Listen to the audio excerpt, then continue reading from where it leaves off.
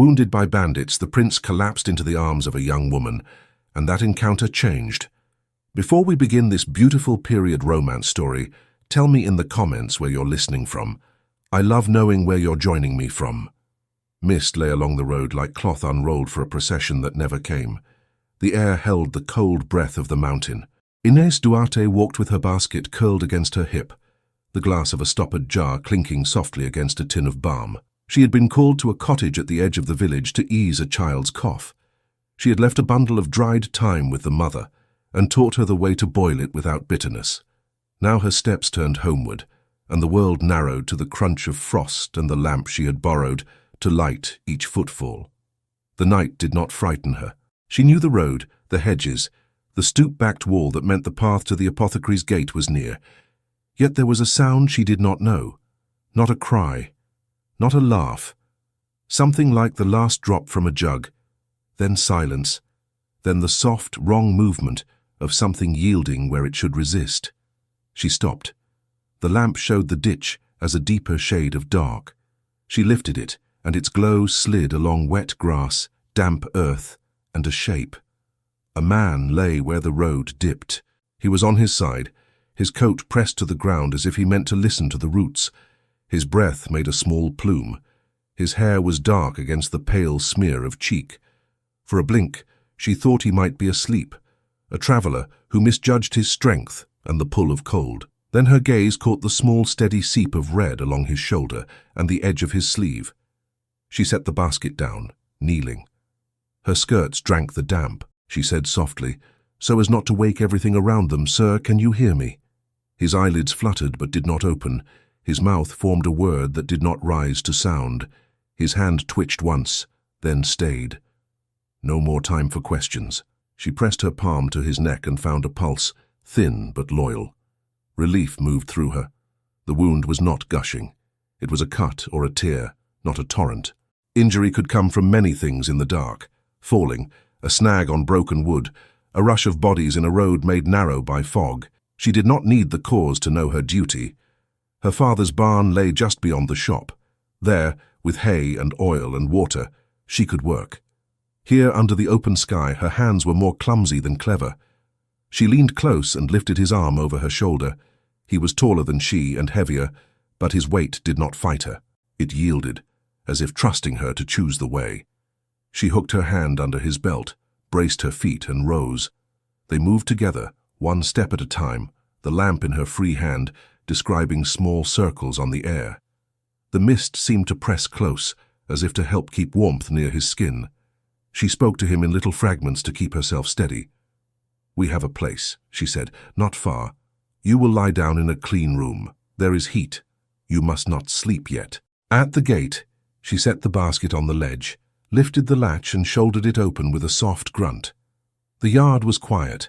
Her father's lamp had been out when she left, and a single candle would still be burning by his bed to keep watch with his prayers.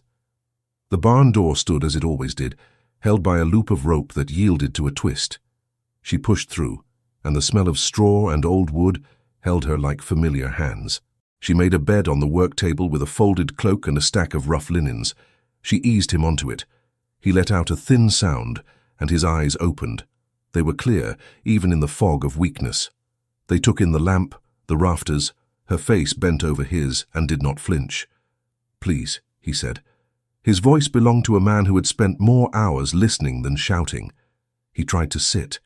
She pushed gently at his shoulder. "You are safe," she said.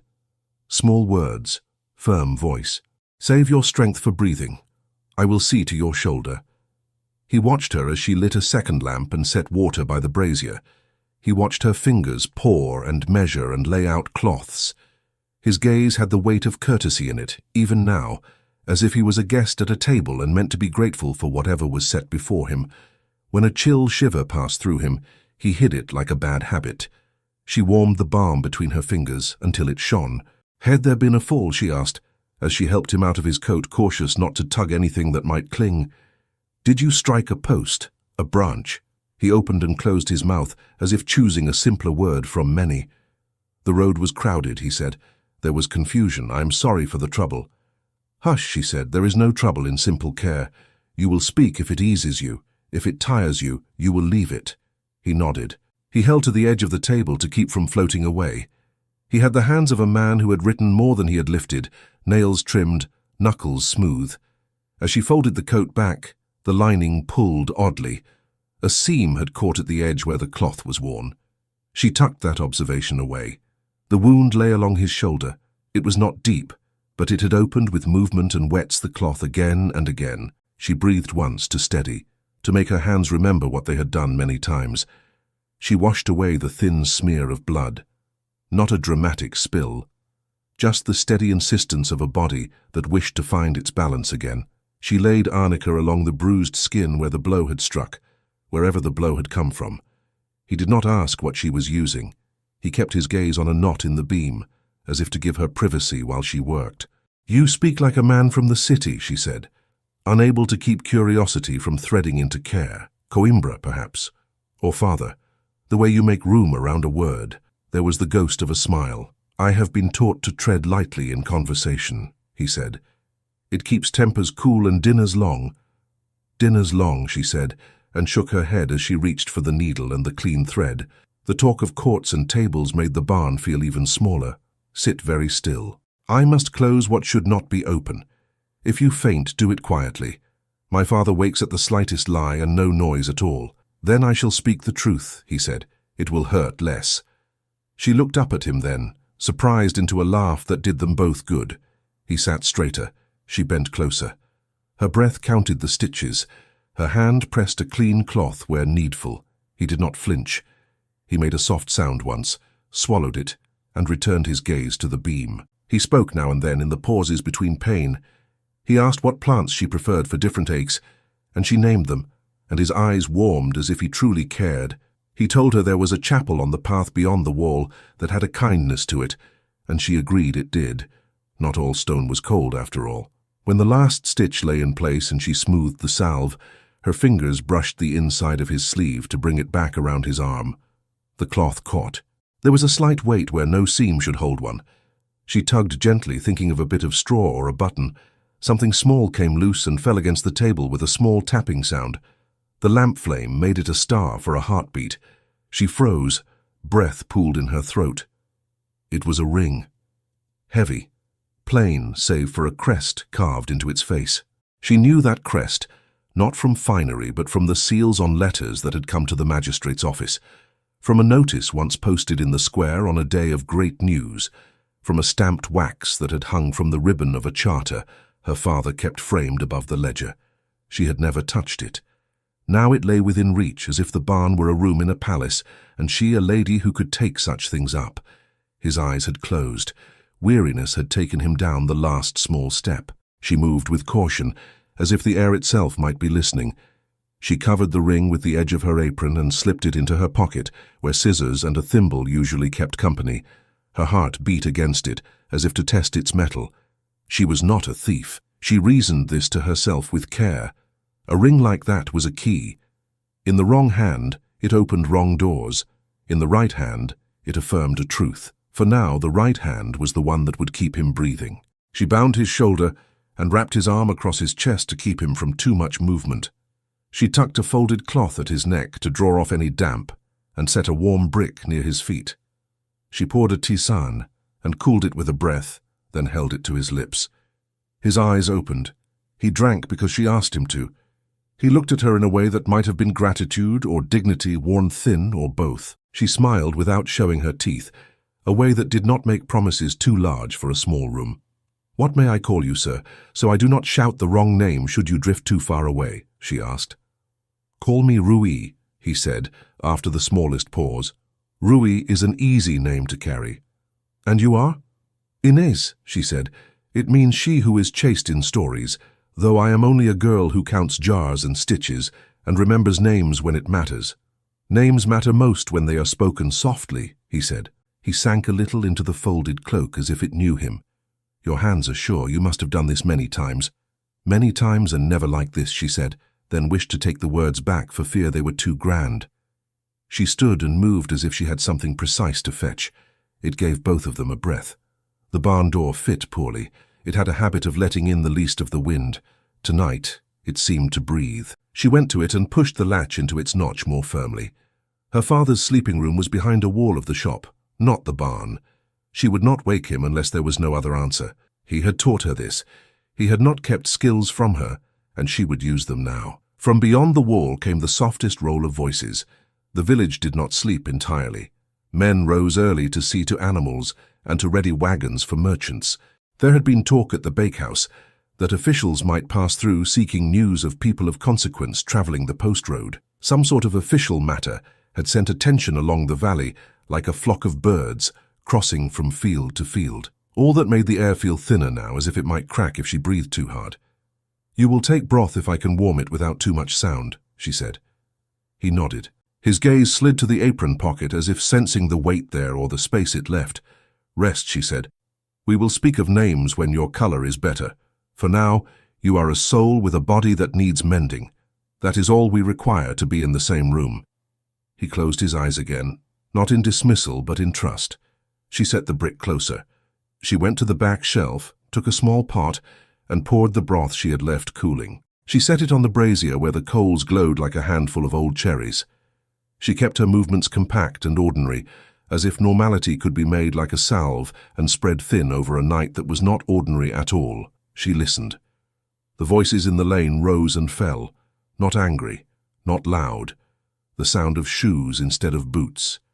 A cadence that belonged to men used to being obeyed in calm. She thought of the ring in her pocket.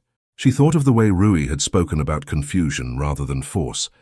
She thought of the extra seam in his coat, the way it had pulled, the way the lining had been thickened as if to shelter something more tender than cloth. She had not looked, because to look would have been to see, and to see would have been to know, and knowledge was a thing that could not be put back on the shelf once it was taken down. The broth began to quiver. She turned, poured it into a bowl and carried it to the table.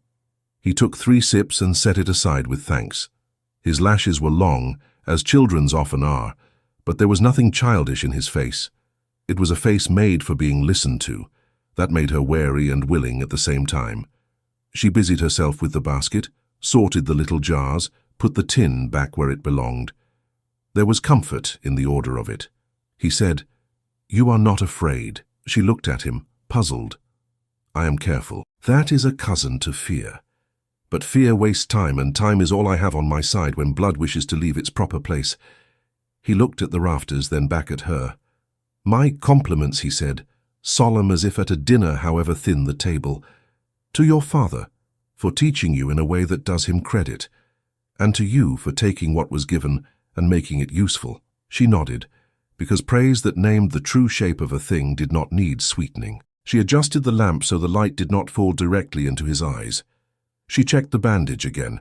The wound had quieted, his breath had steadied, color had gathered at his mouth like a decision. She moved to hang his coat to dry where the heat would not warp it.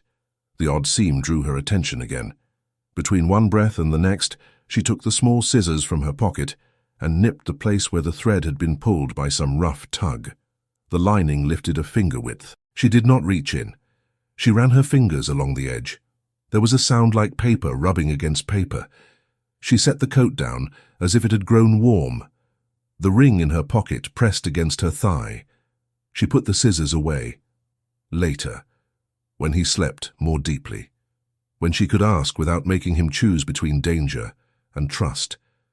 The thought of making him choose at all made her chest tighten, as if a belt had been drawn an extra hole. She would not do that to anyone if she could help it, and least of all to a guest who had bled on her table and thanked her for it, as if she had done him honor. The voices in the lane came closer. The measured tone of a man who had practiced being heard while others wished to speak over him. The cadence of someone used to doors opening. The magistrate. He had gone home long after the candles in his office had burned low. He had eaten a late meal. He had washed his hands. Now he was out before dawn, because duty made short work of comfort for men like him. He was not a bad man. He was a man who loved order. Order did not always love those who deserved it. Ines wiped her hands on a clean cloth. She went to the shop door where the bell hung. She lifted the latch. Cold air came in like a mouth opened. The lane held more lanterns than usual. The magistrate stood with 2 men from the council, and a clerk whose pen never left his fingers. even when he was not writing. Behind them, the baker's boy stared around a stack of baskets, eyes wide. The magistrate's hair was neat. He had taken care with his appearance, as if wearing respect might win him more of it.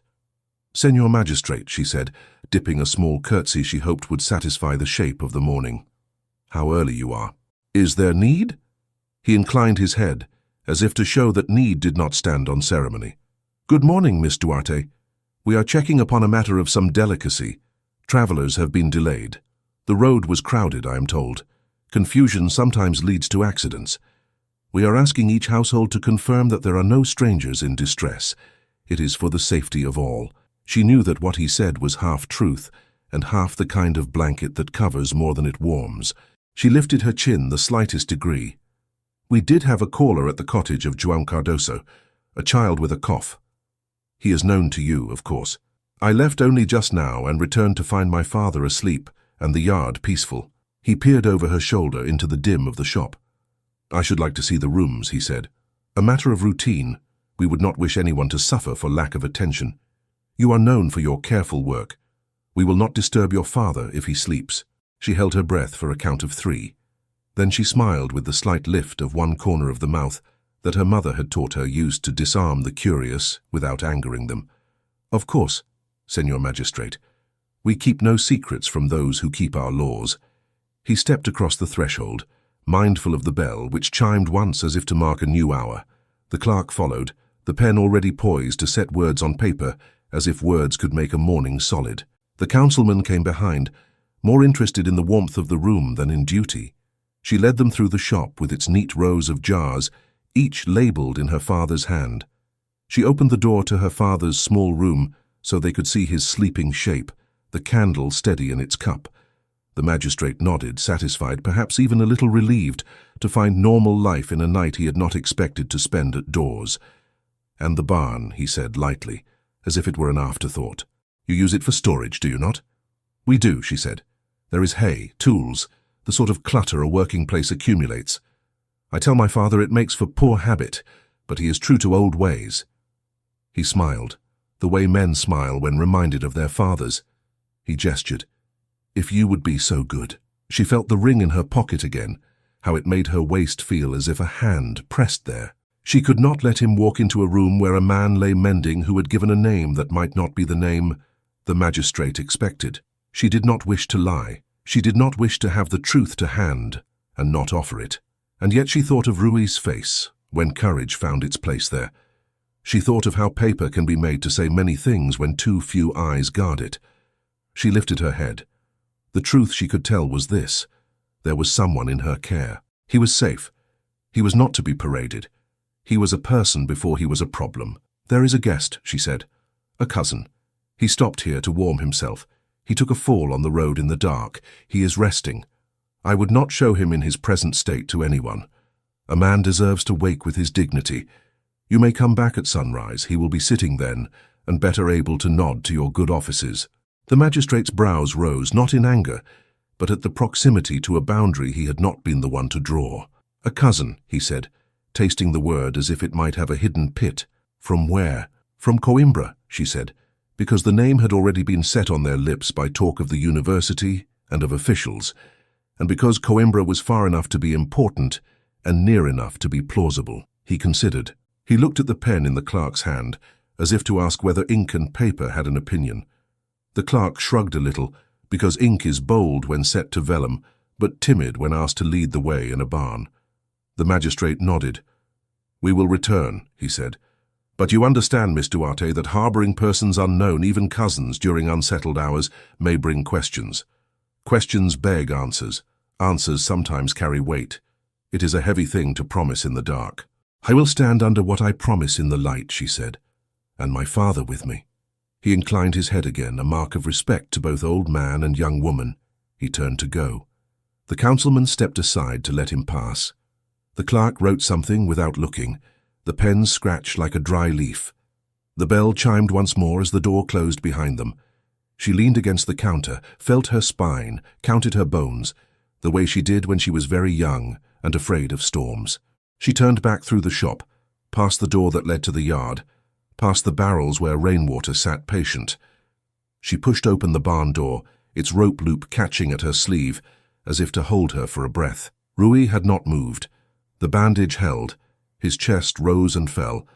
The shape of him was at ease. She set the bowl of broth on a table by his elbow and sat at the edge of a milking stool so that her body blocked the crack in the door through which a thin blade of light fell and fell again as the wind toyed with the latch. The world grew very simple. It was a barn, a man, a girl, a ring, and the morning somewhere not far away waiting to be invited.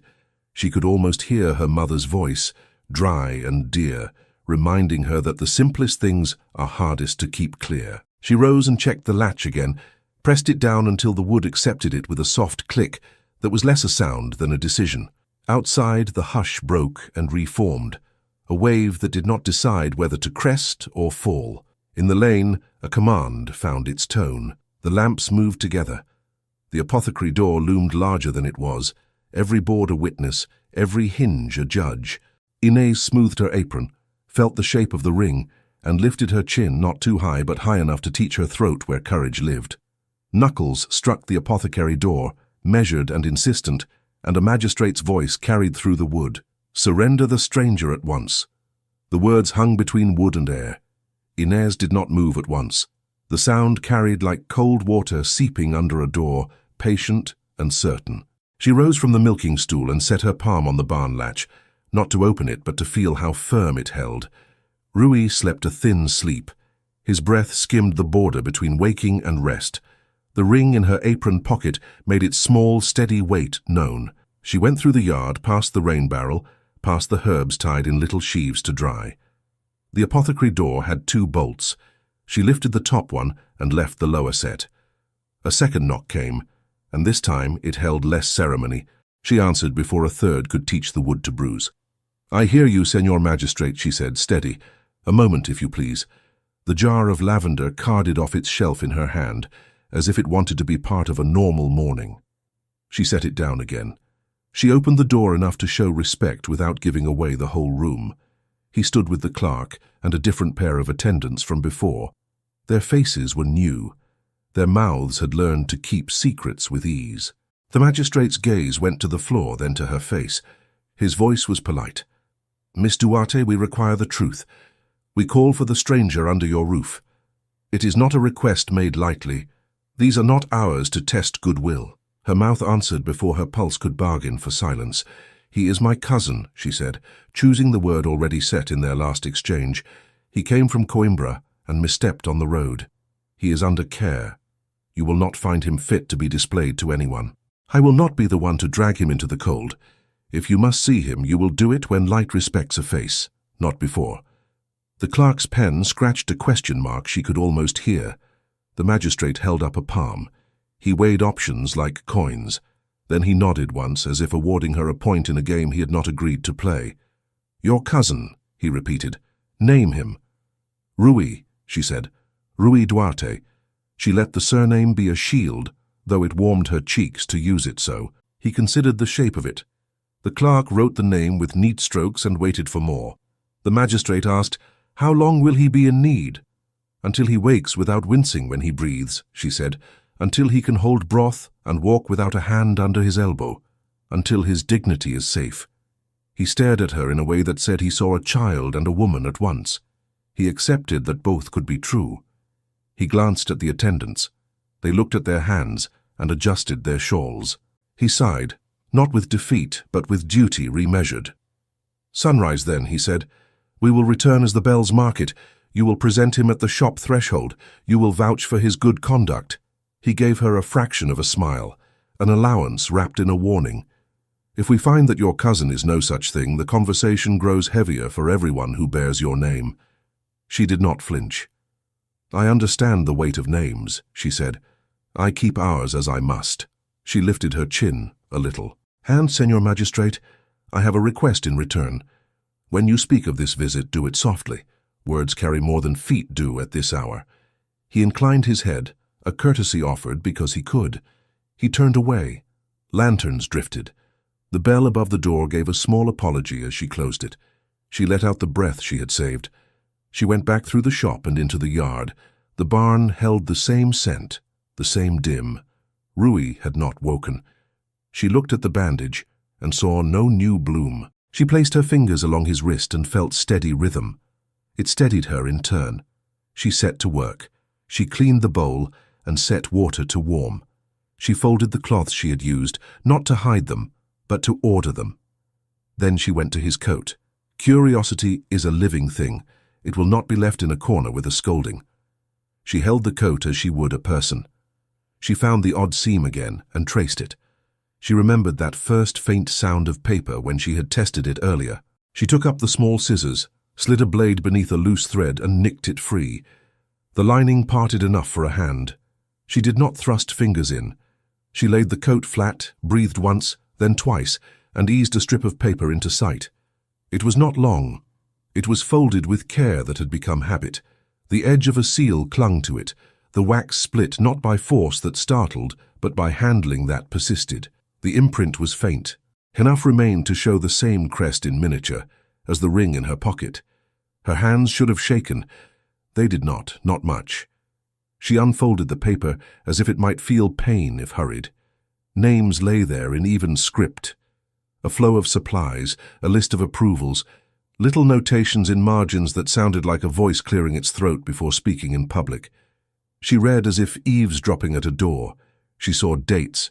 She saw a word she knew too well. Apothecary. She traced it to find which town sat beside it.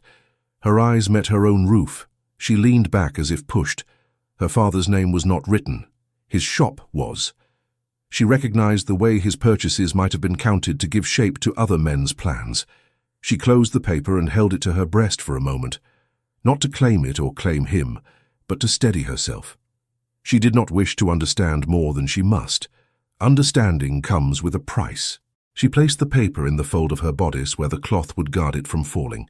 It lay there like a truth that would not be misplaced. Rui stirred. His eyes opened slowly. The little light in them returned reluctantly, then settled. He saw her face and watched it as one reads a map. "There is worry," he said, not asking but naming. "There is work," she said. "Worry only makes poor light. Drink a little." She lifted the bowl to his lips again. He took a careful sip, then another. "I heard voices," he said. "You did," she answered. "The magistrate is a man who likes the sound of order. He will return with the sun. You must remain what you are for now. A cousin who took a fall. A traveler who smells of road and not of rumor." He smiled at that, a small acknowledgement of a shared joke. Then he moved to rise, slow and stubborn, as men do when kindness makes them unsteady. "I should go," he said.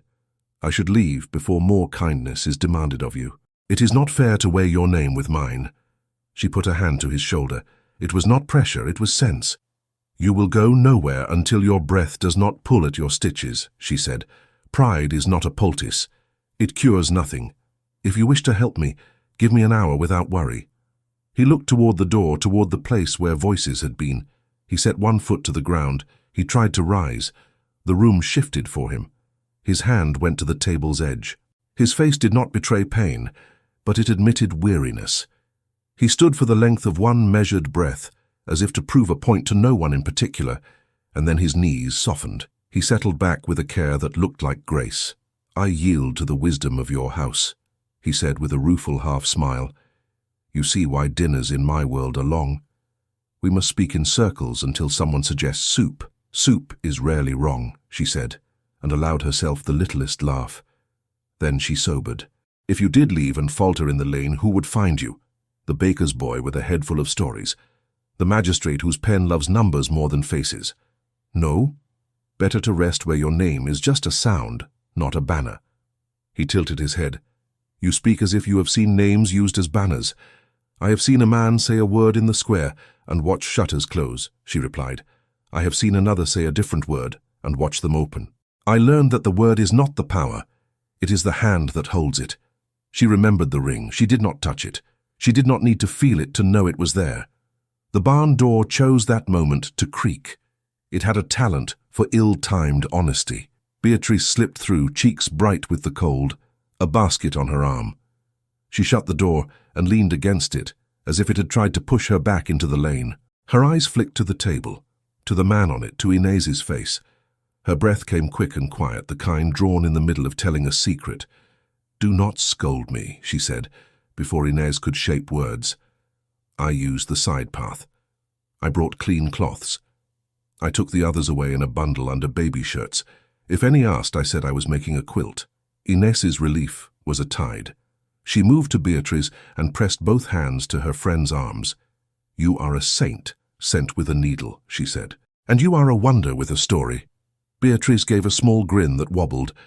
"I am only a woman who likes truth better when it is folded once," she said. She sobered.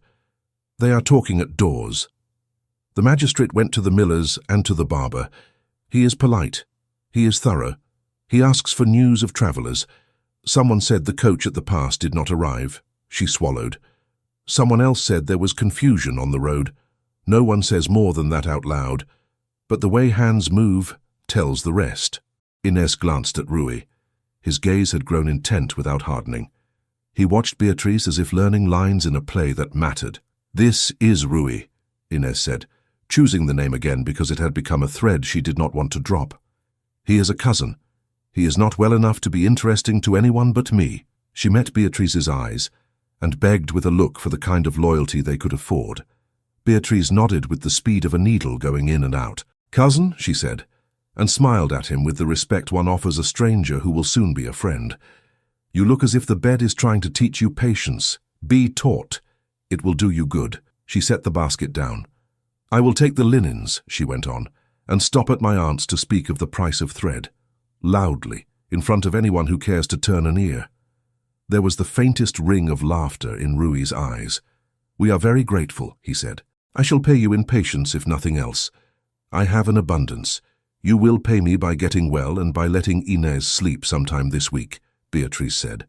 Her gaze darted again to Inez. "There is more," she said, and her voice dropped. "The magistrate asked if your father keeps careful accounts. I said he breathes by them." He did not smile. He asked what merchants come through most often. I told him the names you would have told him. He nodded. He said words like inventory and oversight and provisional. She made a face as if tasting a bitter tea. Then he said he would call again when the bells allow him respect. Inez felt the paper against her skin. It seemed to warm as her worry did. She thought of her father's ledger, the pride he took in a clean column and a page without blot. She held Beatriz's gaze. "Thank you," she whispered. Then, more briskly, because briskness keeps tears where they belong, "Take the linens. Leave by the back. If anyone asks, say you came for rosemary against winter lungs." She turned to the shelf and took bunches of the herb, wrapped them, and tucked them into the basket so the scent would tell the story before Beatriz's lips had to. Beatriz took the basket and stood very still a moment. She looked at Inez as if to say, "You are past the part where a friend can ask if you are sure." Then she nodded. "Courage," she said simply, and vanished into the grey edge of the yard. Inez turned back. Rui's gaze was on the ceiling again, but it was a courtesy to her, not a retreat. She went to his side, checked the bandage with a hand that felt each thread give safely. "You will stay," she said, because she needed to hear it aloud. "For now," he agreed. Then he added, with a tone that was half apology, "I asked you earlier what herbs you prefer for rest. I ask now what you prefer for courage." "Tasks," she said, "small ones. One after another. We will name them and do them." She looked at his coat. She thought of the paper. She thought of telling him she had found it, and of the way the truth would enter the room and rearrange the chairs. She chose another small task first. She set the kettle on to boil and poured him a fresh cup of tisane. He drank. He rested. She counted the breaths between one worry and the next. The morning swelled around them, a tide that did not care for human plans. The lane grew louder. A cart rattled by, then another. Then a runner's feet in a hurry that had more purpose than exercise. The baker's boy whistled a tune that changed time like a ribbon catches on a nail. Doors opened. Greetings were exchanged with too much cheer. It was the sound of a village keeping its balance in a wind. Inez went to the coat again. "There is no good time to be brave, so it might as well be now," her mother would have said. She took a breath and looked at Rui. "Your coat had a seam that misbehaved," she said. "In it there is a paper. I did not want to find it. I found it. I read as little as I could and too much all the same. There are names and numbers and the shape of errands that touch my father's livelihood." She waited for anger or fear to change his face. Neither did, not as much as she expected. Something like relief crossed it, quickly, and then hidden. He reached, not toward her, not toward the coat, but toward the space between them where words travel. "Thank you for telling me," he said. "You could have done many things. You did the one that keeps us both honest in a room where truth is easy to misplace." She nodded and brought the coat to him so that he could see the opening she had made. He did not scold. He did not praise as if she were a child who had guessed a riddle. He only looked at the seam and then at her and said softly, "This complicates your day, and I am sorry." "It complicates more than mine," she said, because saying less would have been a lie. He waited. She did not make him beg for the rest. The paper lists approvals and the moving of goods. It uses our shop to point at other places. It will be used to point at us if someone wishes to keep their own name out of the conversation. She laid the truth gently, as if putting a baby down to sleep. He closed his eyes for a beat, then opened them. The quiet between them gained weight. He set his palm flat on the table. "I traveled with that paper because light cannot be made without tinder," he said. "If there is shadow, there must also be the thing that casts it. I wanted proof that could not be swept with a sleeve. I did not mean for it to touch you. I do not ask your forgiveness. I ask your patience. I ask your help." The words were not commands. They were requests wrapped in the humility of someone who had been sure of many things and now was sure of fewer, and grateful for that. A sound at the yard gate cut through his last phrase. Not a knock, not a greeting. A scrape, a hesitation, and then a laugh with no humor in it. There are men who laugh like that when they have found what they did not dare hope to find and do not yet know whether to be pleased. Inez felt her skin prick. She moved to the crack in the barn door and looked through. The lane beyond the yard was not empty. 3 figures stood near the shadows where the wall turned. She recognized one by posture, by the way he kept his boots clean without seeming to try, by the way his hands spoke even when his mouth was quiet. Captain Lobo had called in and out of the village for years. He bought eggs and bread and information with equal grace. He owed no one money because he paid with promises and with favors arranged in daylight. He had a talent for understanding where lines were and putting his shoe just near them. He stood with 2 companions who could have been cousins, or could have been the sort of men who have many cousins because family is a useful word. Lobo's gaze moved over the yard in a friendly way, as if he were a neighbor admiring paint that had not chipped. He saw the herbs tied to dry and nodded at them as if they were doing well. Then his eyes caught on something near the rain barrel, a scrap of nothing the wind had teased loose. He bent and picked it up between 2 fingers. Inez's breath caught. She knew that color, that sheen. The bit of wax from the broken seal had been no bigger than a thumbnail. She had thought it lost in the straw. The wind had thought otherwise. Lobo held it up to the morning, as if to see whether it would catch the light. He squinted and his mouth lost its smile for a heartbeat. He turned it over once, twice, learning with his fingers what his eyes already told him. He looked up. The friendly gaze had not returned. He did not call out. He did not knock. He touched his companion's sleeve with 2 fingers. Just so. The other man leaned in. Lobo's lips barely moved. He spoke a word meant only for those within reach. His tone was warmth wrapped around something cold. "It's him," he said, "the prize, he's here." Inez did not let the words take root. She moved before fear learned the room. She went to the table and put her hand on Rui's shoulder. "Wake," she whispered. "We must go by the back path. Do not argue. Save your breath for the hill." His eyes opened as if he had been waiting for this summons. He nodded and tried to sit. She steadied him with her forearm under his good elbow. He swung his feet to the floor. The floor felt unsteady to him. He breathed out through his nose like a man who had learned to master discomfort by making it smaller. She wrapped his coat around him and fastened only the top button, the rest hanging loose to leave his side free. The edge of the open seam brushed her palm. She did not look down. He glanced toward the door, then to her. "How near are they?" he asked, voice low. "Near enough to smell our past lies," she said, then softened it with a half-smile. "And near enough to see our courage if we let them. Follow me." She took the lamp and cupped its glass with her hand to tame the light. The barn held its breath as they slipped through. She eased the rope from the peg that secured the small side gate. The yard greeted them with a wash of damp air. She listened. The lane held a murmur like bees. Nothing surged. That would come later.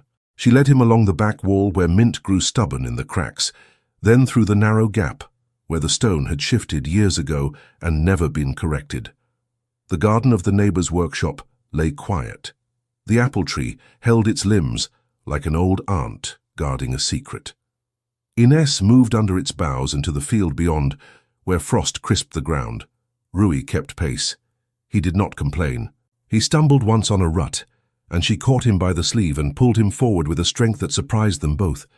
He smiled at that, as if glad to be pulled by someone who meant what she did. She set the lamp down once to listen. Voices drifted, worried and official at once.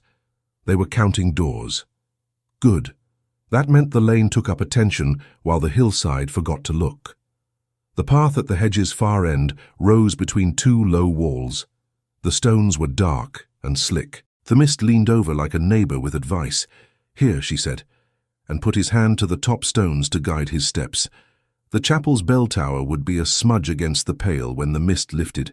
For now, the path knew their feet. They climbed without conversation for a time. Breath made small plumes. The lamp drew circles that slipped and reformed on the stones, obedient to her hand. Rui's jaw set in a line that looked like resolve rather than pride. He rested once against the wall and closed his eyes, not to sleep, but to gather the ground beneath him. She waited, one hand on the edge of his coat, the other holding the lamp low to keep its light hidden.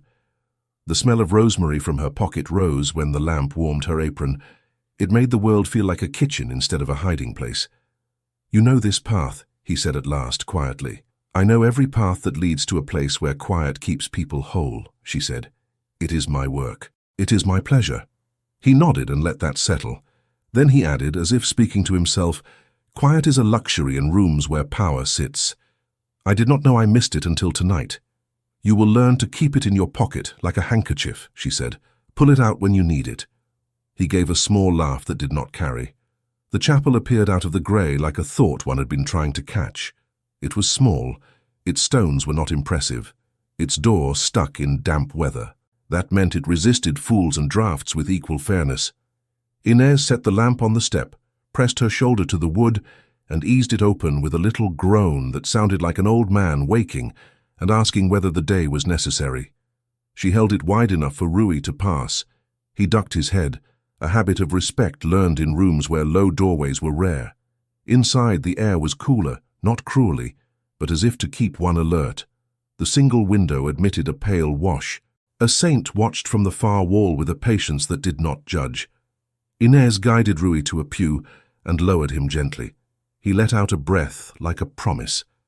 She set the lamp on the altar rail where its glow would not spill outside. She moved to the shelf where matches and candles waited. She lit one and set it high so that the room grew warm in attitude, if not in temperature. "Remove your coat," she said. "Let me see what the hill asked of your stitches." He obeyed without the stubbornness that had tried to walk him out of the barn. She unwrapped the bandage and saw that the work had held. The climb had not taxed the wound more than a small seep that stopped even as she lifted the cloth. She wiped it clean with water she had warmed against the glass of the lamp.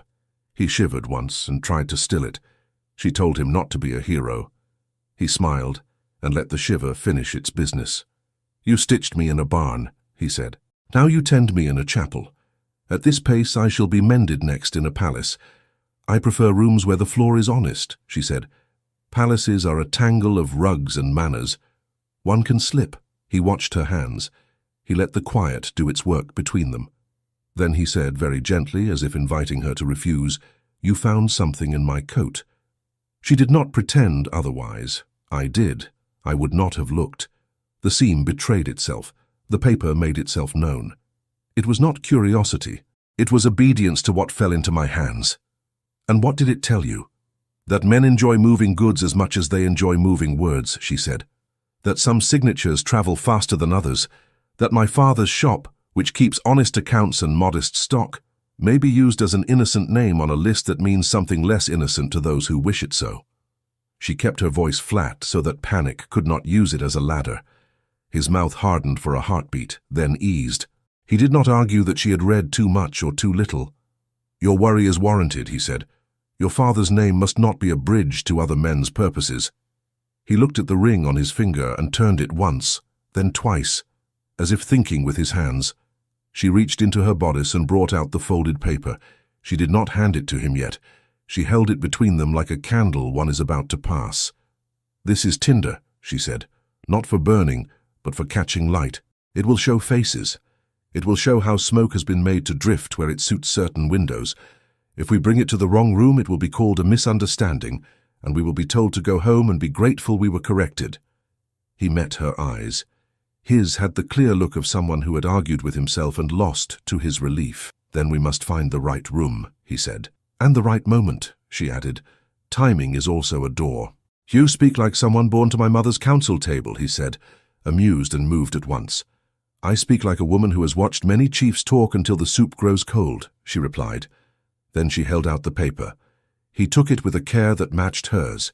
He did not open it. He set it on his knee and laid his palm over it for a breath, as if to bless or be blessed by it. "There is something I must tell you in exchange," he said. His voice changed by a degree she could feel more than hear. It gained honesty at the price of ease. "I traveled in secrecy tonight, not because I enjoy masks. I traveled to test a suspicion. Whispers have been collecting like damp in corners. If one knocks on the right wall, one hears the hollow places." He looked up at the saint as if to ask for the right words. "I let it be known, carefully, that a person of consequence would pass. I wanted to see who leaned forward." She stood very still. Part of her had known. The ring had told her without boasting. The paper had argued the rest. Yet hearing it from his mouth did something to the room. It aligned the benches and the window and the breath in her own lungs. She asked, and the titles were a formality one could not avoid. "Who are you when you are not Rui?" He did not flourish. He did not say it as if the ceiling should admire him for it. "I am Raphael," he answered. "Dom Raphael, if one must click heels." He looked at his hands as if they had betrayed him and then forgiven him in the same day. "I did not intend to use your kindness as a cover for my game. I intended to pass and to return by another road, carrying what I learned." The knight had other ideas. She took the name as if it were a heavy jar someone had asked her to hold. She did not drop it. She tested its weight. She looked at his face again. It was not different. It was exactly the same face that had teased her a little about courage and soup, the same mouth that had made humor when pain had an opinion. She felt both wounded and honored by the truth at once, and a little foolish for having named him cousin with such ease. Her cheeks warmed. She was grateful for the chill of the chapel, which made such warmth less obvious. "You let me lie for you," she said, not accusing, simply naming the thread that now ran through the morning. "I let you protect a life," he said, and did not put his own ahead of the truth. Then he added, smaller, "I let you bear weight you had no time to choose. For that, I am sorry." She breathed out and in and let the breath teach her what to say next. "I do not carry things very far that I am not willing to own," she said. "I will carry this if carrying it means my father's name does not lie in the road for someone else to step on. We will bring the paper to a door that does not slide shut when names like yours knock." He smiled at that, not broadly, not triumphantly, but like a man who sees a path through fog. "Thank you, Ines," he said. He used her name with the care of a person who knows the weight of names. She tied the bandage again, smoother now that the chapel light turned the cloth into a thing she could trust. Then a thought came to her, quick as a sparrow. "If you are to stand in rooms where my words may be seen as too small to hear, you must teach me to make them louder without shouting. Show me how one bows without bending the neck so far that one loses one's mind." He blinked, then laughed, then sobered in a way that made the lesson feel like a shared prayer. He set his feet on the stone, stood slowly, and waited for the wave of tiredness to pass. He held out his hand, not like a prince receiving a courtier, but like a teacher inviting a student to try a new step. "The spine should be a line," he said softly. "The eyes do not drop to the floor. They look at the person, not the carpet. The head inclines as one says yes to truth, not to flattery." He demonstrated a small bow. It was precise and human. She imitated him and felt ridiculous in the first inch, then found something like dignity in the second. She nearly toppled on the third. He caught her elbow without squeezing, and the grasp held more respect than any curtsy she had ever seen in a noble salon. "If you faint," he murmured, "do it quietly." My instructor has no patience with dramatics."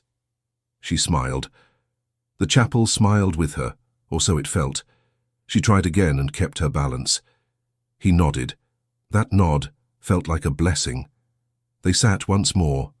The glow held. The world beyond the thick door rearranged itself in shadows and whispers. The village bell did not ring. Not yet. Time seemed to wait for their decision. The quiet broke like thin ice. Footsteps approached along the outer path, sure and unhurried. Not village feet, not sneaking feet. The door breathed against its hinges. Inés set her hand flat on the bench. Rui's head turned, alert but not tense. A knuckle touched wood, polite as a guest. Then a voice. Gentle, alert, low. "Is there light for a traveller who has been seeking since midnight?" Inés and Rui looked at each other. The voice held the tone of a man who had learned how not to be overheard.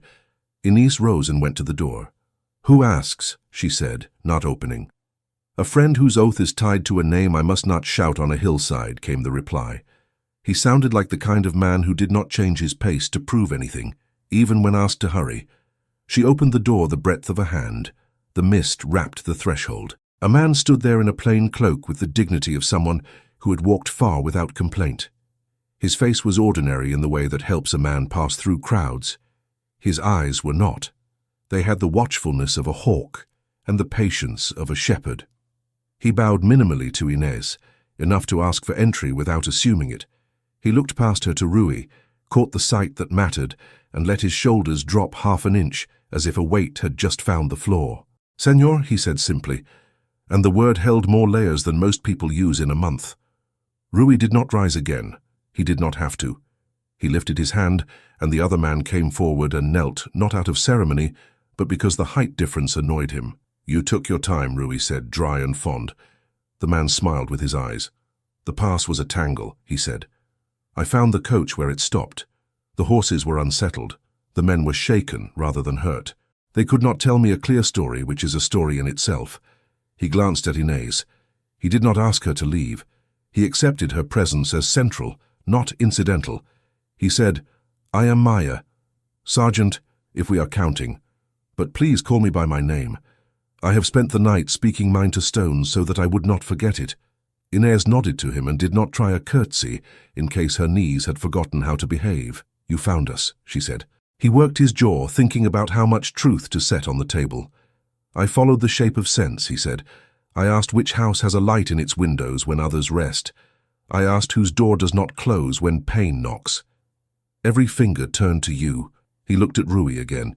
He did not hide pride. He did not make a show of it either. "I am glad to see you breathing. I am more glad to see you under the care of someone whose hands know what they are about." Rui inclined his head in a way that was more gratitude than habit.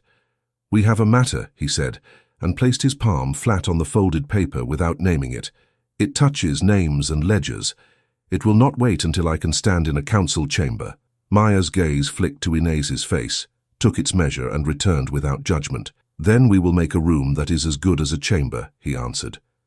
"The chapel will do. The saint will forgive us for turning it into a clerk's desk." Inés brought the lamp to the pew and set it, so it threw light where words would sit. She drew the paper closer and looked to Rui for permission. He gave it with a small nod. Maya washed his hands at the font as if to ready them for clean work. It was not superstition, it was respect. Then they bent over the document together. Names stood in their straight lines, orders and approvals stitched through them with neat strokes. Maya read with the care of a man who had learned his letters, because they allowed him to keep faith with more accuracy. He made small sounds in his throat when something pleased him or displeased him. He did not rush to conclusions. He recognized several names and did not say what he felt about them. He asked questions that brought out the next thought. Inés answered where she could and let silence answer where she could not. When they were finished reading, Rui said, "Inés fears rightly for her father's good name. I fear rightly for a crown that hangs on rotten rope if we do not mend it. We need a clerk we can trust, and a magistrate who will not put this paper into the wrong hand as soon as he is afraid." Maya pursed his lips. "I know one clerk in Coimbra who loves ink more than men, and thus can be trusted to honor ink properly," he said. "And I know which magistrates love neatness more than truth. We will not trouble them. We will use our feet, our eyes, and our luck." He rested his hands on his knees. "But there is the matter of getting from this hill to a table where the paper will be copied without meddling. And there is the matter of who watches your door in your absence." Inez felt the words like a chill. Maya's proud line of work meant that he had already thought 3 steps ahead. He looked to her, not to command, but to consult. "What is the shape of the village this morning?" he asked. She told him about the magistrate's visit and his promise to return. She told him about Beatrice's errand and her quick tongue used for their good. She told him, lastly, about the man in the lane whose eyes read more than the words on a page. Maya knew the name before she gave it. He said it with dislike he did not bother to hide. "Lobo," he said, and the name sat badly on his tongue. "He has charm like a clean coat. He steps around puddles that other men do not notice. He will not leave a thing alone once he finds a loose thread." Rui tapped the paper. "Then we must knot the threads before he tugs," he said. "Maya, you will go ahead and ready the clerk and the room. I will follow when I can walk like a man rather than a bundle carried by friends." Maya's eyes crinkled. "You will not be carried. You will be guided," he said. "There is dignity in being wise enough to accept a hand on a steep path." He glanced at Inez. "May I be frank? You would not serve him well if you were otherwise," she said. He gave her a quick, respectful nod. "If you walk with him, you make a shield. That is not a wall," he said. "People will see you. They will hesitate to push. There is a superstition about harming those who carry good work in their hands. Use their superstition. Let it buy us time." She heard the little truth hiding in his advice. Her presence would both expose and protect. She accepted it because it was better than letting fear tie her up, while harm walked around her cleanly. "I will walk," she said, "but not until we tell my father where his shop stands in others' mouths. He will not forgive me for choosing without him." Maya's mouth softened. "He has raised a daughter who speaks like a partner," he said. "He deserves his share of the day." They began to plan. It was not grand. It was a list of tasks that could be done by feet and hands and words. Maya would go down the steep path that cut behind the chapel to the mule track. He would borrow a cart under pretense of needing to move sacks of flour and use it to carry a few bundles that were not flour at all. Inez would bring Rui down the gentler path through the olive grove where the stones were less treacherous. They would cut through a courtyard that belonged to a cousin of the miller who had no love for Lobo's kind of smiling. They would cross the square only once. They would move as if they belonged to the morning, not as if they were running from the night. Before they could rise to take the first small step, the chapel took a breath with them and held it. Then it gave it back in the form of a sound that did not belong to a quiet plan. A bell rang below, not the small tone of a house, not the noble peal that calls for celebration. It was the magistrate's bell, swung by a hand that meant business. 3 slow strokes. The sound climbed the hill as if carried in a bowl. It meant summons, census, attention. It meant that something had been found or was about to be claimed. Inez closed her eyes once and opened them. She listened. The second sound was softer but sharper, like a thread pulled through cloth. It was a voice carried by many mouths at once, because that is how news runs in a village without needing feet. "The apothecary," the voice said. "The apothecary." The words reached them not by magic, but by the simple arrow-straight path of worry. Maya went to the door and looked down the hill with a care that spoke of long practice. He did not curse. He did not run. He came back to them and kept his voice steady. He did not soften it to spare her. He said the name she did not want to hear and said what that name had done. "Lobo has taken your shop and holds Tomas Duarte." Maya did not waste breath on alarm. He took hold of the plan with both hands and bent it toward the new fact. "You will not rush," he said. "You will walk as if this is a day for errands. Inez, bring the paper and what you need to speak plainly. Senor, keep your coat buttoned enough to show respect and open enough to ease your side. We will go down the olive path. I will go ahead to the magistrate and request that all parties be brought into one room. He will like that. He likes rooms where he can see every chair." Shanace's mind leaped to her father as a flame leaps to twig. She felt it, then calmed it. "I will not go without telling him I come," she said. "He will not be paraded without knowing for what reason his daughter walks beside a stranger." "You have my word," Maya said. He looked down the hill again. Lobo will not drag him through the square. He prefers to look civilized. He will escort. That buys us the time to turn escort into witness. They left the chapel. The door closed with a sound like a blessing. The olive grove received them with its grey-green hush. The path was kind. It sloped without springing traps. Rui kept pace. His breath lived close to his ribs, but he did not wince. Inez walked half a step ahead and listened to the ground. Words reached them in threads. Talk of a man sitting in a chair he did not own. Talk of a ring of faces around a work table. Talk of a daughter whose name meant careful hands and stubborn spine. They came to the courtyard of the miller's cousin. A woman sweeping paused and watched them pass, then shut her gate, not to shut them out, but to keep other eyes from peering through. They crossed the lane where the cobbles always tripped those who did not know them. They kept their heads level. They reached the square, which felt like a stage not yet set. The magistrate stood at his post with a face arranged for calm. He did not shout. He lifted a hand. The gesture turned noise into attention. He looked over the heads in front of him and found Inez in 2 heartbeats. He did not smile. He did not frown. He moved his hand the smallest distance to invite her forward. Rui followed. Maya appeared from a different angle, as if the ground itself had brought him. Lobo stood to the side of the apothecary door, speaking to Tomas in a tone a neighbor might use when praising weather. His companions leaned against the wall as if it were friendly. Tomas sat on a chair from his own shop, back straight, hat in his lap. He scented the air as he did when a mixture might curdle. He saw Inez and looked at her face before anything else. It told him what mattered. He nodded once, fast, an agreement to a plan that had not been laid out for him. He rose and Lobo's hand touched the air as if to suggest remaining. Tomas did not acknowledge the suggestion.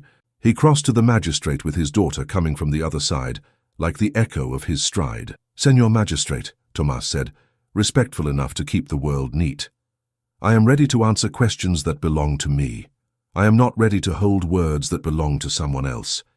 He looked at Lobo's fine coat and then at the ground, as if the ground needed reminding that it should not applaud the wrong thing. The magistrate seized on the word belong. He loved it. He loved its sense of boxes and labels. "Let us belong to the record," he said. "We will set down what is known and mark clearly what is conjecture." He gestured toward the office. The door opened as if it had been listening. Inside, the benches lined the walls like people waiting their turn. A table stood at the center with room for ink and dignity. The clerk Maya had promised had already been fetched by Maya's quiet network. He stood with pen in hand, and a face that adored neatness for its own sake. He nodded to the magistrate, to Rui, to Inez, to Tomas, to Lobo, in that order, not because of anything, but because some order always comforts a man who loves to write. Councillor Alvaro Coutinho arrived the way a polished shoe arrives on a carpet. He did not hurry. He did not look so much as he surveyed. His smile did not assume it would be returned, because he had learned to be patient with admiration. He greeted the magistrate with warm phrases that seemed to have been rehearsed in a fine room and then lowered for provincial ears.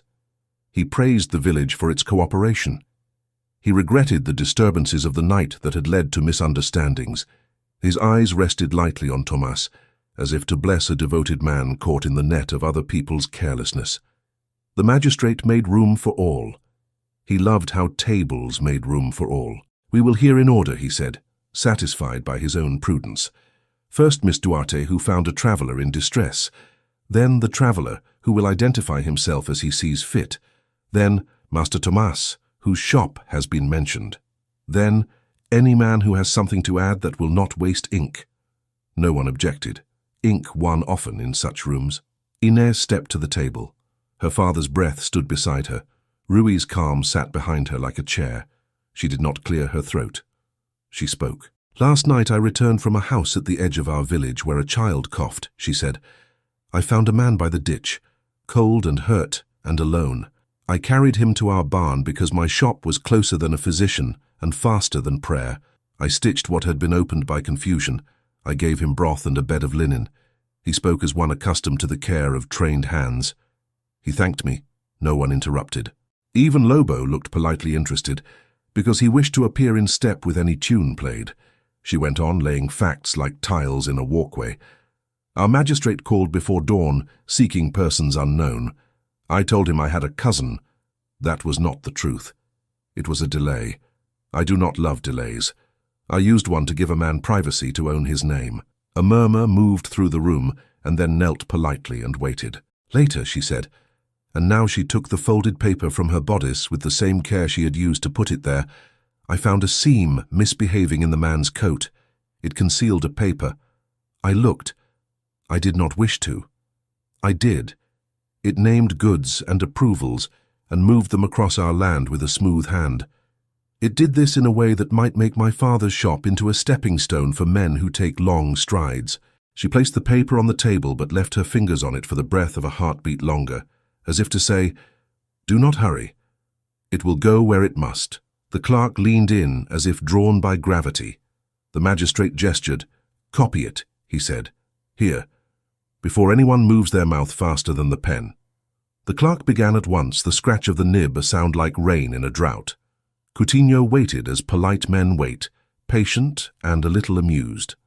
When the magistrate's eyes lifted, he spoke. He admired the diligence of a good daughter. He admired the modesty of a craftsman. He admired how, so often, villages produce exactly the sort of people who keep the realm from tipping over under the weight of heavy matters. He cautioned against reading malice where there might be only haste. He told a story about a shipment of wax that had been logged twice by the same clerk because the second cart had arrived at the noon hour and confused the ledger. He smiled. It was a good smile. It interrupted suspicion like a spoon tapping a glass. He continued with grace. The realm needed order, he said. Order was achieved when men in their places allowed processes to do their work. If there had been irregularity, that was troubling. If innocent names had appeared where guilty names should stand, that was grievous. It would be corrected. He looked at Tomas and let kindness pour from his tone. A man so careful as our apothecary could not be the source of any stain. Of course not. That the shop appeared in a sequence of records was only proof of its centrality in the village's good. He paused to let satisfaction collect. Inés watched the faces of the room, not Coutinho's mouth. She knew how people looked when they wanted to be persuaded, and how they looked when they had been. She saw some relax. She felt her spine request her attention, as if to remind her that standing upright sometimes requires a decision. She spoke again, not to contradict but to add a thing that did not fit well with oil. "Counselor," she said, and her voice made the title sound like a borrowed coat. "In the paper there are notes in margins that are not a clerk's. They are a guiding hand's. The hand writes the same phrase in two places. It writes, 'Approve the smaller man because he will not ask questions.' It writes, 'Delay the large order until the inspection is moved to a later date.' These are not phrases of a mistake. They are phrases that build a path for some and a wall for others. My father's shop has no wall to climb. He cannot afford one. He has only his name. It should not be used as brick for anyone else's architecture." Coutinho's smile thinned. He admired cleverness less when it made work for him. He drew himself up the smallest degree. "My child," he said, which was a mistake because the room contained her father and a prince he had not yet noticed. The world of supply and policy contains phrases you might misinterpret. He softened. "You have done a kindness. That is clear. Leave the sorting to those who sort for a living." She did not flush. She made her voice a shade lighter, as if to show she could be gentle while insisting. "Sorting that hides the sorters is not sorting," she said. "I've read enough ledgers to know when a note is meant to be seen and when it is meant to lead the eye away." The magistrate liked this. He liked that his pen's work might matter today. He gestured to the clerk. "Read a passage," he said. "Read it twice." The clerk obeyed. The words hung not in poetry but in sequence. Even a man who preferred rugs and manners could not pretend they were only careless. Rui had said nothing. He had sat, breathing with the room. He watched Coutinho's fingers, not his smile. He watched who nodded when and who looked at the door as if it might help them. He let the moment ripen until it was ready. Then he stood. He did not step onto a chair. He did not pound the table. He stood in a room that doubted it would ever see a prince and then realized it already had. He lifted his hand, and the signet ring caught light. He did not thrust it forward as a threat. He allowed it to be recognized as a tool meant to open the right drawer. "Counselor," he said, and he did not adorn the title. He offered it the plainness it deserved in that breath. "You will think me ungrateful for making your morning difficult. You will be wrong. I am grateful that a village and a clerk and a magistrate have given us a different kind of room than you prefer. One where a daughter can be heard before a man with friends in the capital has finished his story." There was a collective intake, quiet and full. Coutinho swallowed the start of a bow and corrected it into a nod. He calculated faster than most men. He discovered in an instant that the person he had hoped would be delayed on some country road was standing 3 paces away. He adjusted. He let his voice grow warm. "Senor," he said, "your presence honors us. I am distressed to see you in discomfort. Had I known—" "You would have brought a carpet and some finer words," Rui said, and there was no malice in it. There was only the refusal to sink into a cushion when a wooden chair was telling the truth. He looked around the room and counted them as his people, not as categories. This morning requires clarity. A paper exists. It shows what haste and habit can do when men believe themselves safe from ordinary eyes. We will let the ink speak. We will let names stand. We will correct what must be corrected. We will do so in public enough a way that small shops do not suffer for large hands. He set the ring on the table, flat, as if leaving a weight to hold down paper that wants to fly away. The magistrate's eyes shone. The room breathed out. Coutinho tried one more path. He spoke of loyalty as if it were a blanket to spread over cold facts. He spoke of the dangers of panic. He looked at the door as if it might offer him a friend. The door did nothing. The clerk read again. The magistrate made notes with a diligence that almost trembled. Tomas kept his hat in his hands as if it were the rudder of a steady boat. Rui turned to Inez then, in a moment that belonged to neither record nor policy. He did not lower his voice. He let the room hear the thing that mattered. "I asked you to carry weight you did not choose," he said. "You carried it with a grace that embarrasses my training. I will not ask you for more. I will offer you the rest." He paused, not for effect, but to be sure that he said what he meant and not what a prince ought to say. "Inez Duarte," he continued, "if you would consent to walk beside me beyond this morning, I would be honored. I ask not to place you in rooms where you must change yourself to be heard. I ask because I know I am better when you stand near enough to remind me of what a steady hand feels like. I will not make you a secret. I will not make you an ornament. I will make you a partner if you will have a man who must often sit at tables and ask for ink to outpace habit." He had not kneeled. He had not raised his voice. He had put a life on the table in a room where men pretended only paper mattered. Tomas's hands froze on his hat. The magistrate looked at the clerk, who looked at the page, who wrote anyway because habit is not always the enemy. Lobo's mouth curved, but whether in admiration or calculation not even he could say. Coutinho's smile went brittle. Beatriz was not there, but a knowing seemed to pass through the village, even where it had no ears. Inez felt the room shift its weight to see what she would do. She felt the old fear she had kept folded small for years lift its head, that a door would close behind her and make her arms useless to people who counted on them. She met her father's gaze. He nodded. He did it with no flourish. He had loved her mother with the same small nod one morning over bread. It had been enough then. It was enough now. She spoke. "Senor," she said to Rui, because form mattered, even when one whispered, "My answer is yes, but it is yes, shaped like the life I have. I will not stand in a room where I cannot smell camphor now and then. I will not learn to ask permission to help a child with a cough.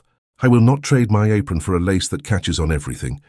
If you can love a wife with ink on her fingers and tincture on her sleeves, then yes. If you need a lady who does not smell of rosemary, I am ill-suited." Rui's relief was so plain, it made even the clerk look up and smile. It was a relief that said he had hoped for exactly this and had been afraid to name it. "Then I am a fortunate man," he said simply. The magistrate cleared his throat, not to break the spell, but to remind the world it had other work. "We have a declaration and a document," he said. "We must do justice to both. Master Tomas, please step forward." He did. The magistrate lifted a pen. In full view and in neat script he wrote, "The shop of Tomas Duarte is henceforth publicly affirmed as blameless in the matter under inquiry. No man will speak against it without evidence, and such man will answer to this bench." He held the pen up like a bell. He asked Rui to place the ring's imprint beside the script as a sign that the promise was not local gossip. Rui pressed the signet into warm wax while the clerk watched, as if ceremony were a recipe to be followed without a pinch too much salt. The seal took. It made the page look suddenly like a thing that could stand on its own legs. The magistrate held it up for all to see, then handed it to Tomas, who received it as he would a tool he would use every day. He slipped it into his coat with the care given to a new cure. Coutinho's options narrowed like a path above a river. He tried charm one last time. He turned to Lobo and spoke lightly as if he were discussing bread. "We have inconvenienced a good shopkeeper," he said. "Make amends. Ensure his door is thought of kindly. Show that we are men whose memories are long when gratitude is owed." It was a smooth way to retrieve ground without showing the scramble. Lobo agreed at once, bowing shoulder and head as if they shared a joke. "Of course," he said. "The village loves Master Duarte. A man who keeps people well is worth a dozen loud fellows. My men will help right any disorder in his shop. We will carry water as the magistrate directs." He let the words do the work of confession by making help sound like a debt paid. He did not look at the bit of wax in his pocket. He would keep it as a lesson in hubris. The magistrate liked this conclusion. He loved when people who had been untidy agreed to become helpful. He directed that 2 men accompany Lobo to see that carrying water did not turn into carrying tales. He sent a boy ahead to ask the bell to ring at the hour, not because there was ceremony to be had, but because it would soothe those who worried when routine was disturbed. The clerk finished the copy. He sanded it, shook off the extra grit and blew lightly. He made a second. He handed one to the magistrate's drawer for safekeeping, and another to Maya, who accepted it with the air of a man who knows paper does not replace vigilance, but makes vigilance more effective. Maya tucked it into his coat with a small nod to the saint, who had watched their earlier reading. Coutinho, who had not lost so many mornings that he could not afford to lose one more, stood and adjusted his sleeve. He addressed the room with that same elegant calm. "We have seen good process today," he said. "He meant I will not fight a battle I cannot win in front of this many eyes." He looked at Rui. "I will await you in Coimbra with proper accommodations and proper respect.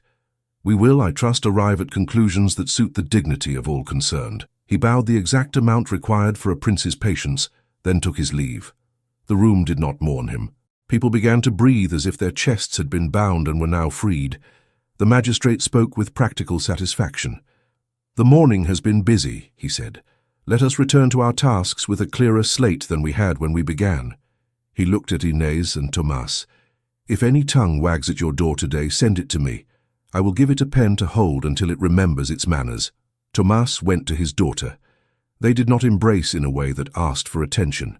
He put his hand over hers for a moment, a grip that said, "We stand." He looked at Rui. He took his measure the way a man decides whether a shelf will hold a jar. Then he bowed with his head, a slow one, born of gratitude rather than awe. "Señor," he said, "you have honored us by letting our small roof shelter you when your name could have required a better. If you ask for my daughter, you must accept that she will always count jars before she counts invitations." "I would not ask otherwise," Rui said. He meant it. Tomas believed him not because he had a ring, but because his voice had lost the need to be believed. Beatriz slipped in at the doorway then, breathless and shining with the relief of finding something where one feared there would be a hole. She had a folded piece of cloth and a ribbon to make it seem necessary. She stood on tiptoe to peek around heads, and then found Inez with her eyes like a bird finds seed. "Well," she mouthed. Inez lifted her hand so that Beatriz could see the ring that had sat on the table and now warmed her palm. Beatriz covered her mouth and laughed into it, the kind of quiet laugh that mends tired hearts. Maya took charge of the practical lines that lead out of big moments. He arranged that a carter, unrelated to any of Lobo's friends, would be at the ready afternoon to take the first leg of a journey toward Coimbra. He set 2 men at the apothecary door, not as guards but as ushers, to direct goodwill and to interrupt gossip by asking it to carry parcels. He spoke with the baker's boy and gave him a task so that his whistle would carry cheer instead of rumor. The ring returned to Rui's finger. He did not spin it. He looked at it as if it were not a toy but a tool. He turned to Inez in the middle of the ordinary bustle. He did not whisper in a corner. He spoke where bread and ink and patience meet, "There is much to do," he said. "If you wish to catch your breath, I will wait.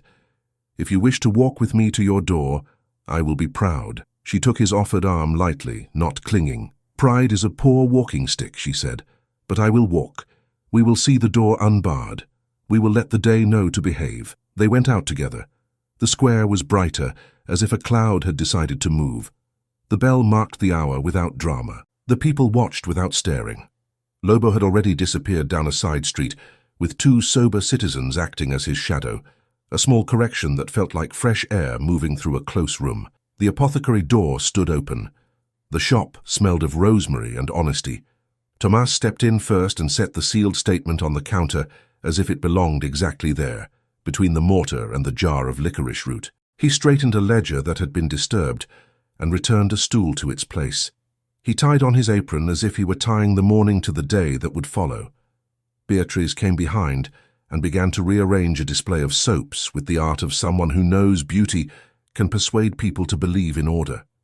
Neighbors trickled in with thin excuses and real congratulations hidden in the purchase of camphor and sugar drops. The magistrate passed along the street, not to intrude but to be seen, so that his face would do some of the work of calming without more words. Maya vanished and reappeared in 3 places in a quarter hour, as men like him do. Rui stood close enough to the counter to ask what arnica cost for a man who insisted on walking before he should, and far enough not to crowd those who needed to buy what they had come for. Inez served 2 customers and then turned to him with a look that softened without losing focus. "We will go to Coimbra," she said. "We will place what must be placed where it can be seen without being smudged. We will return, and we will not let the road make us strangers to our own door." He lifted her hand briefly and let it go. "Agreed," he said. His smile was not for the room. It was for the person who had called him back to life with a needle and now called him forward with a vow. The day, which had threatened to become a rumor, settled into being a day at last. A cart creaked by. A child laughed because soap bubbles had escaped a basin near the fountain. The mountain mist withdrew to consider its next entrance. The people of the village resumed the art that keeps a place whole. They worked, they greeted, they watched without prying, and they remembered for once to be glad that a small room with jars and a counter can hold so much of what makes a life worth stitching back together. Dawn came like a promise no one dared to say aloud. The mist turned thin and silver. The olive leaves shivered as if they knew a change had arrived. Inez tied her apron in a neat bow and slipped a sprig of rosemary into the knot. She did not dress for spectacle. She dressed to work and to be seen working. Her father watched from the doorway, thumbs in his apron strings, pride tucked under his ribs where it would not make a fool of him. Rui came at the hour he had said, not a minute before or after. He moved like a man who had learned to measure himself. He wore his coat buttoned in a way that left his healing side in peace. The ring sat quiet on his hand. He did not show it, he did not hide it. He stood in the light and let it be what it was. "Are you ready to walk?" he asked, and his voice warmed the edge of the morning. "I was ready last night," she said. The road waited. It may as well wait no longer. Tomas cleared his throat as if to dislodge a crumb of worry. He addressed Rui without ceremony. "My daughter is not good at sitting still when there are errands that mean something," he said. "She will forget to eat. Remind her. If you do not mind being reminded yourself." "I accept the charge," Rui answered. He bowed to Tomas as one tradesman bows to another over a counter. "You have my word that I will not put a plate of promises where bread should be." Beatrice appeared like a sparrow at a window, the ribbon in her hair bright with mischief and goodwill. "You will take this," she said to Inez, pressing a small roll of muslin into her hand. "If anyone tries to tangle your words, untie them while looking at this. It is straight. It will make your sentences straight, too." Inez kissed her friend's cheek. "Laugh when the bell rings," she said. "Make the morning believe it is ordinary." "I will laugh so well the sun will be jealous," Beatrice said. Then she wiped at her eyes and claimed the damp was only from the steam of a kettle. Maya waited at the corner, a plain cloak over plain clothes. He looked like any man carrying news from one house to another, yet his gaze kept count of shadows and corners with the ease of a scribe counting letters. He took up a place beside Rui and did not say much. That is the best way to protect someone in daylight. They set out. The square watched them go without craning. The magistrate stood where people could see him and nodded once, as if to say, Ink has taken the shape we asked and will hold until we return. A cart creaked. A dog chose not to bark. A child ran 3 steps and stopped because his mother's hand understood the tune of the morning. The road to Coimbra was not grand. It was a collection of stretches where stones remembered rain and dust remembered the feet that made it. They walked and they rode by turns, for the cart Maya had promised met them beyond the line where the fields gave up their claim to the horizon. Rui offered Inés the seat and took the step beside the wheel. She refused once and then took it, because stubbornness breeds blisters. He accepted the step and did not make it into a sacrifice. They crossed a bridge that had seen vows and quarrels, children's games and merchants' tallies. The planks gave softly underfoot, as if to remind them that wood remembers feet and has no opinion about rank. The river below kept its own counsel. Inés paused in the middle of the span. She looked down and then up. The morning light made a path on the water, as if someone had dropped a ribbon of gold and it refused to sink. "Do you keep your courage in your pocket still?" Rui asked, gentle. "I do," she said. "But on bridges I keep it in my throat. It helps with breathing." She touched his sleeve with 2 fingers and did not make more of it. He turned his hand so that his knuckles brushed hers, a quiet pact made without speech. They moved on. They reached Coimbra as noon considered itself. The city met them with the bustle of men who like to be seen walking with purpose. Maya led them to a door that did not advertise itself. A clerk with a clean collar opened it and looked past them at first, the habit of a man trained to see lists before faces. Then he looked again and saw what mattered. His mouth softened. He set a table at once. "We will copy," he said to Maya, without asking who commanded. "We will stamp. We will place names where names cannot wriggle." "Thank you," Maya answered. He did not waste praise. He had chosen the right man. That was praise enough. The room filled with the sound of quills. The ink held steady. Rui did not dominate. He signed where he must, and stood back where he could. He watched men do their work with the respect of one who knows that the realm is kept afloat by those who can read a line without reading into it. Inés stood beside him and read as well, not because she doubted, but because seeing words set in order calmed the body like a cup of broth. When a question rose, she answered it in the shortest phrase that would hold truth. A small audience gathered at the door because curiosity is a citizen in every city. They did not crowd. They knew which mornings could not afford it. A messenger went out and returned with another official. This one had a careful mind and a poor memory for faces. That is a useful combination in some rooms. He read the copy, read it again, and looked at the signatures and the seal as if they were the only ornaments he trusted. He set his stamp beside them, and the sound it made felt like a foot stepping onto dry land. By late afternoon, the paper had become papers, one for the magistrate's drawer, one for the clerk's book, one for the provincial board that keeps the habit of writing minutes that outlive moments, one for Tomás Duarte's counter, one that would find its way quietly and efficiently into the hand of a person whose quiet authority made Councillor Coutinho's reach suddenly shorter. No one argued loudly. No one needed to. A decision made in good ink avoids the need for raised voices. Their work done, Rui turned to Inés. The day had gathered a fatigue that did not ask permission. He did not ask whether she was tired. He asked if she would like a cup of tea before they returned. She agreed. They sat at a small table by a window that looked onto a courtyard, where Ivy had learned to be dignified. The tea came with a slice of bread that had nothing to prove. "You said you would not trade your apron for lace," he began. "I will not ask you to. But there will be places where eyes will turn when your name is spoken with mine. Are you ready to ignore some of them and teach others to behave?" She smiled at the bread as if it were a lesson. "I have ignored eyes before," she said. "Usually they belong to people who cannot stand the smell of camphor. We will give them rosemary instead. It softens stubborn noses." He laughed, and the laugh did him more good than the tea. He reached across the table and laid his hand over hers. He did not mind who saw. He did not mind if anyone added a line to a list he could not control. He had asked her to be his partner in front of men who loved ink. He would not now hide her in a corner. On the road back they spoke less. Words had done their day's labor. The sky lowered itself into a color that promised warmth behind shutters. The wheels found ruts and left them. The cart horse flicked its ears. Maya walked ahead with the stride of a man taking responsibility for the stretch between two safe places.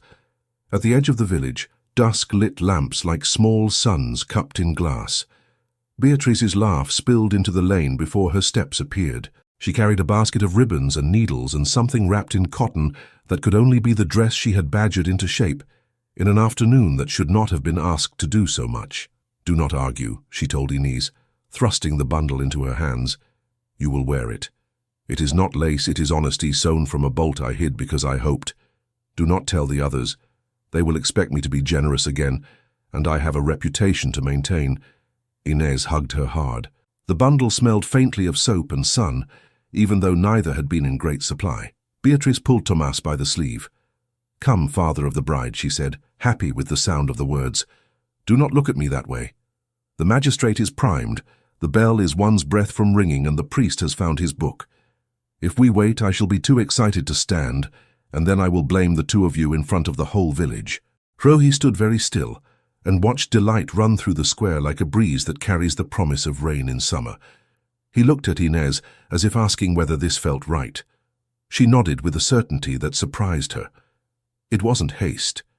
It was simply not wasting any more courage than one must. She slipped into the shop with Beatrice and re-emerged moments later, transformed only by clarity. The dress hung straight and clean. It let her breathe. It let her lift her arms. Her hair had been smoothed and twisted with a ribbon that did not apologize for being blue. The sprig of rosemary had been tucked at her shoulder as if it had earned a place at the ceremony. The square filled in that modest way small places have, where presence itself is a gift and spectacle is considered impolite. The magistrate stood with his ledger, not because he would write their vows, but because some part of him believed that all important things should be accompanied by a pen. The priest came from the chapel with a book and a smile that had mended many quarrels. Maya stationed himself where he could watch, without intruding. Even Lobo, under watchful escort, had found a place at the edge of the crowd, hands folded, mouth subdued into something like respect. He did not dare spoil a scene that would remember him unkindly. He would learn to choose better mornings for his talents. Tomas took his place beside Inez and put her hand into Rui's, as one places a good tool into a pair of worthy hands. He did not make a speech. He cleared his throat and said what needed saying. "May your house be one where doors swing easy to the honest and heavy to the sly," he said.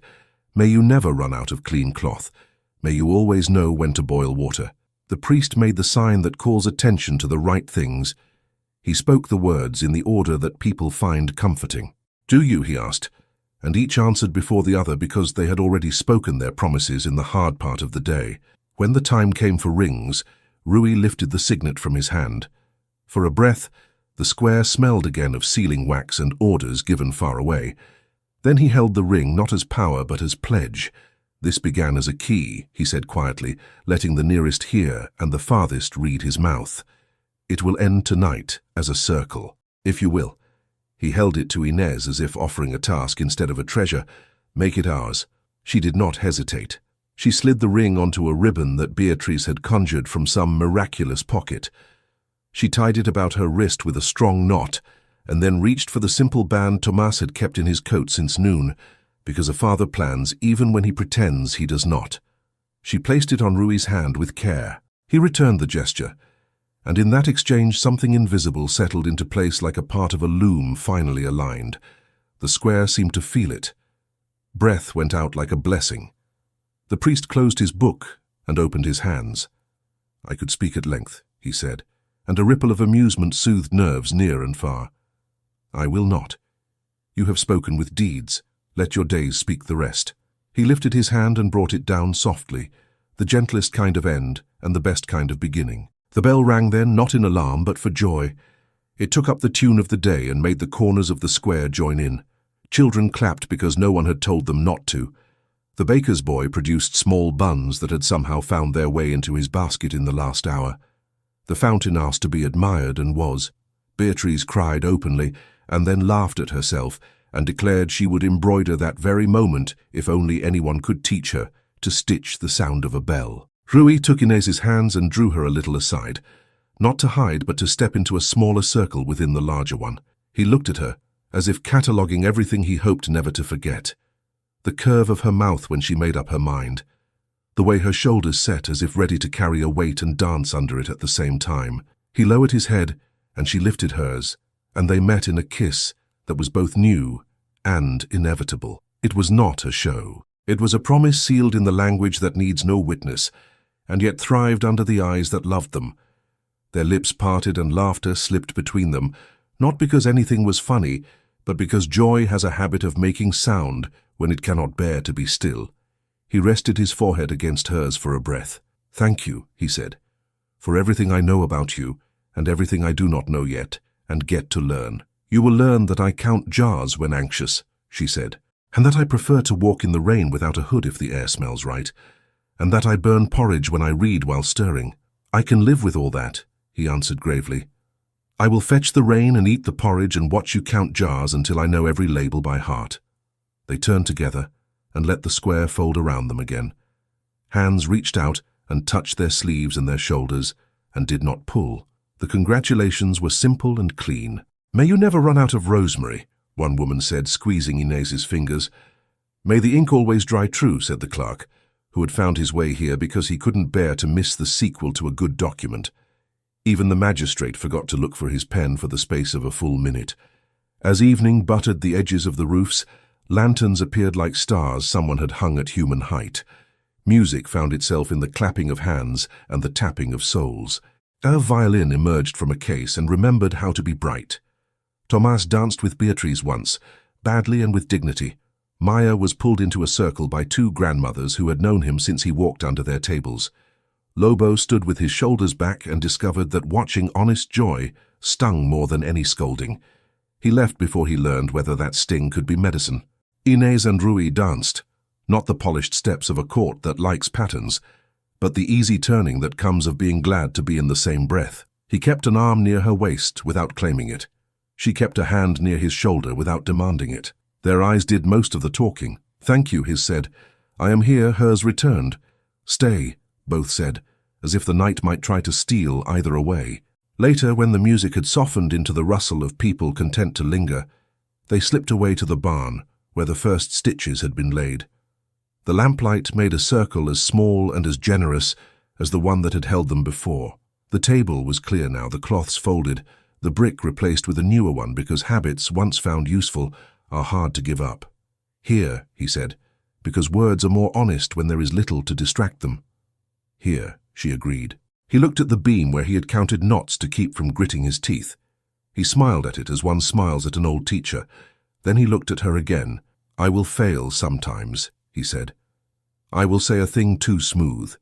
I will believe a man because I want to be done with listening. Remind me." "I will fail sometimes," she said. "I will make a cure too strong and a tea too weak.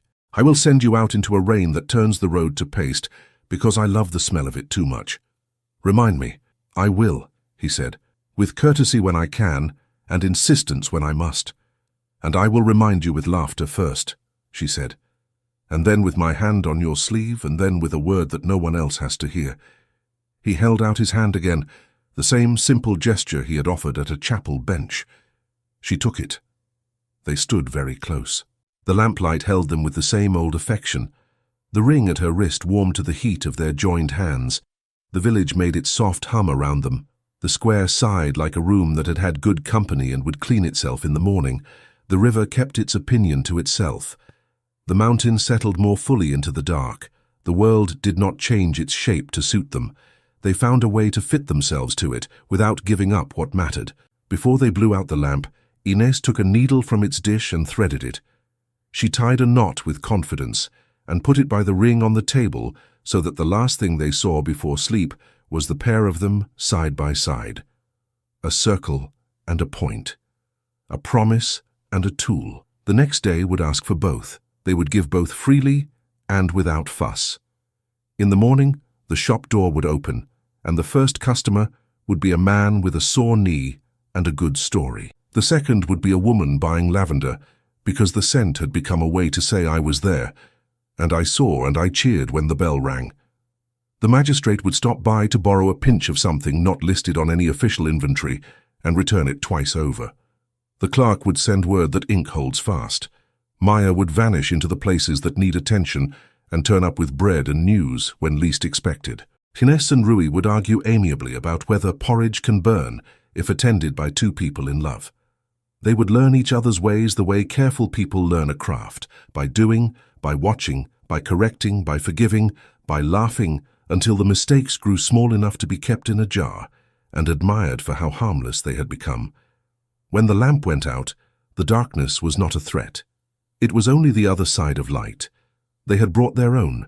They knew how to tend it now. They would guard its wick, pinch it when wind misbehaved, trim it when needed, carry it into rooms where truth sometimes avoids work, and make it set a shoulder to the task. Love had come to them not as an accident, but as a choice made over and over in small gestures, in stitching and in standing still when asked to run, in telling the truth when silence would have been easier, in holding a hand at the right time and letting it go at the right time to take up a jar or a pen. It felt like the first deep breath after a fever breaks. It felt like a door that opens without creak. It felt like lamplight, steady through a night that had lasted long enough. Thank you so much for listening to this story all the way to the end. We hope it moved you as much as it moved us while telling it. We'd love to hear your thoughts. Leave us a comment telling us where you're listening from and what you liked the most. Rate this story from 0 to 10. What score would you give it? If you enjoyed this story, don't forget to subscribe to the channel and leave a like as a show of support. That really motivates us to keep creating and sharing more stories full of emotion and life lessons. And before we go, we want to remind you that an exciting and heartwarming story recommendation will appear on the final screen. If you'd like to enjoy it, just click on the video. Thank you once again for being here, and we'll see you in the next story.